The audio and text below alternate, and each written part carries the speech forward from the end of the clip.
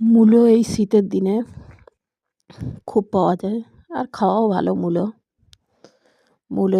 মূলো ভাজবো আজকে। মূলো ভাজার জন্য আমি নিয়ে নিয়েছি একটা রসুনটা অর্ধেকটা নিয়েছি, বড় রসুন ছিল, কুচি কুচি করে কেটে নিয়েছি মূলো ভাজার জন্যে। এবার মূলো ভাজার জন্য কুচি কুচি করে কাটা রসুনগুলো গরম তেলে দিয়ে দিলাম আমি, গরম করে তেলটা। তারপর মূলোর পাতাগুলোও দিয়ে দিয়েছি আমি, পাতাগুলো কচি কচি ছিল। মূলো আর মূলোর পাতা ভালো করে ধুয়ে জল ঝরাতে দিয়েছিলাম।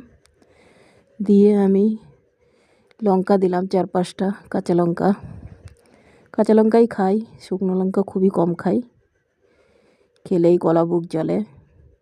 তা কাঁচা লঙ্কা দিয়ে দিলাম। পরিমাণ মতো নুন দিয়ে দেবো আমি, যেটুকু আমার দরকার, মানে সবজি অনুযায়ী যেটুকু তরকারি সেরকম পরিমাণে নুন হলুদ দিয়ে ভালো করে নেড়ে চেড়ে নিয়ে এটাকে ঢেকে ঢেকে ভেজে নেবো। আর কড়াইটাও পুড়েছে, দেখো মাছ ভেজেছি এতেই।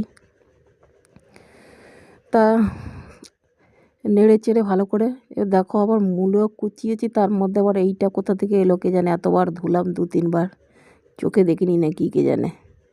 যাই হোক, ওটাকে ফেলে দিলাম, কাটা হয় নাই। মূলোর একটা ডাঁটি ছিল মূলো শাকের। দিয়ে ভালো করে নেড়ে চেড়ে নিয়ে এতে জল ছাড়ে খুব মূলোতে। মূলোটাকে লাল লাল করে ভাজবো আমি। একটু ঢাকনা চাপা দিয়ে দেবো যাতে গলে যায়।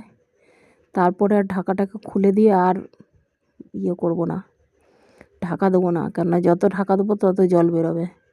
এবার লাল লাল করে ভেজে নেবো আমি, যাতে খেতে ভালো লাগে। ভাত রুটি যা দিয়েই খাবে ভালো লাগবে। আমি ভাত দিয়ে খাওয়ার জন্যই করলাম। এবার বেঁচে গেলে রাত্রেবেলা হয়তো রুটি করব, রুটির সাথে খেয়ে নেবো। কালকে যেহেতু শনিবার, আজকেই যা রান্না করব আজকেই সব শেষ করতে হবে। শনিবারে নিরামিষ খাই আমরা। বন্ধুরা, ভিডিওটা ভালো লাগলে লাইক কমেন্ট শেয়ার